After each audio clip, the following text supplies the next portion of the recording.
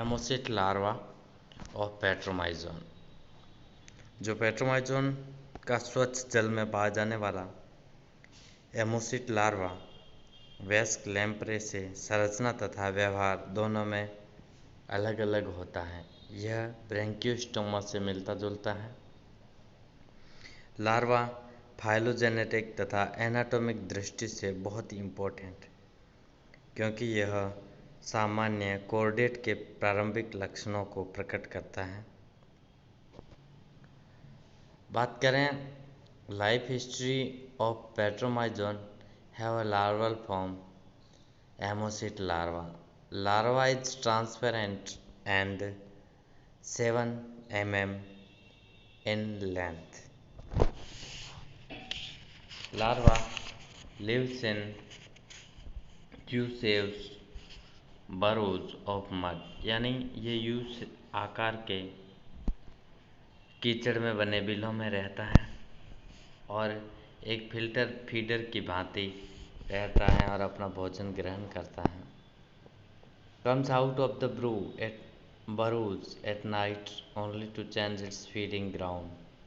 Then it buries again. रात्रि के समय भोजन के लिए बाहर आता है और फिर वापस उसमें बिल में चला जाता है। एमोसिट लार्वा स्वच्छ तथा शांत जल में रहता है। अलग अलग जातियों में लार्वा अवस्था 5 से 8 साल तक की होती है। मेटामॉर्फोसिस के समय एंडोस्टाइल थायराइड ग्लैंड में रूपांतरित हो जाते हैं, जो कि एक एंडोक्राइन ग्लैंड होते हैं। यहाँ पर देखें एमोसिट लार्वा के external features and lateral view. तो इसके अंदर अपर लिप है, ओरल हुड है, स्टोमोडियम है, लोअर लिप है, gill slits, trunk, anus, tail, caudal fin, dorsal fin, median nostrils and rudimentary eyes.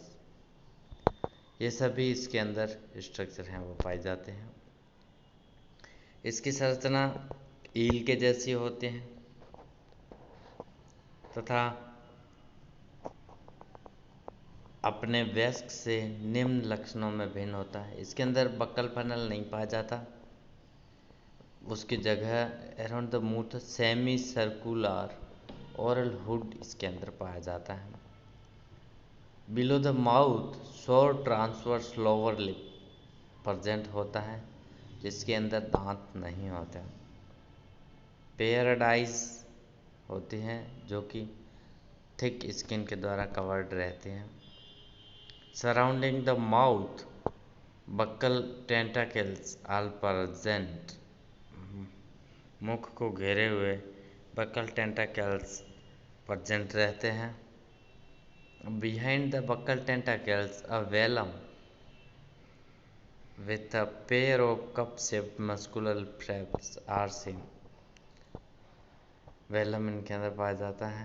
The pharynx is associated with 7 pairs of gill pouches. The pharynx is continued into the esophagus posteriorly. Water entered through mouth is get exited through 7 pairs gills to outer environment. While in adult stage, branchial pouches are closed and open only to exterior.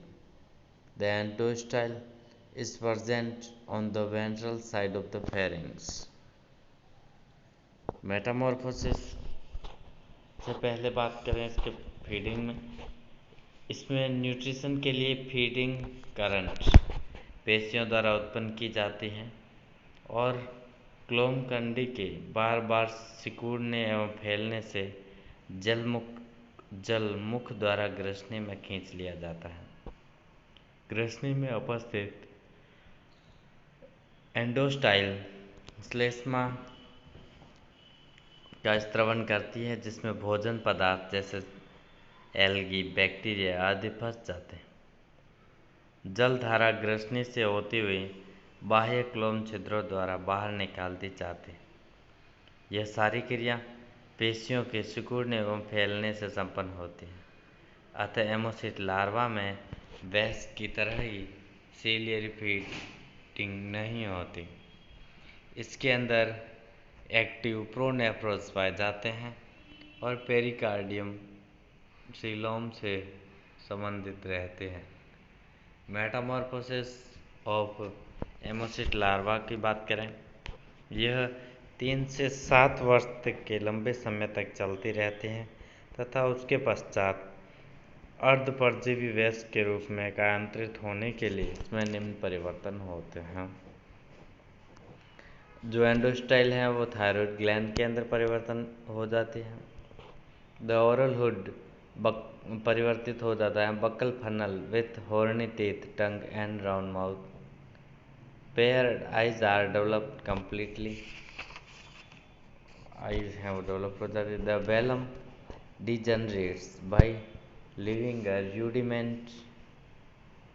The continuous dorsal fin breaks into dorsal and single caudal fin. क्लोम कोष्ठों में क्लोम विकसित हो जाते हैं। Gall bladder एवं bile duct लुप्त हो जाते हैं। आइस के ऊपर से त्वचा का आवरण हट जाता है और वे क्रियाशील हो जाते हैं।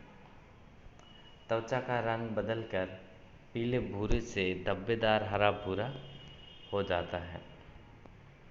The young leprae migrates to the open sea from rivers and becomes carnivorous adult animals.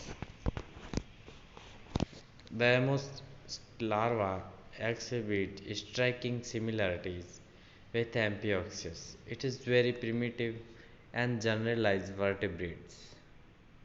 It may be regarded as the connection link between Amphioxus and Cyclostomates.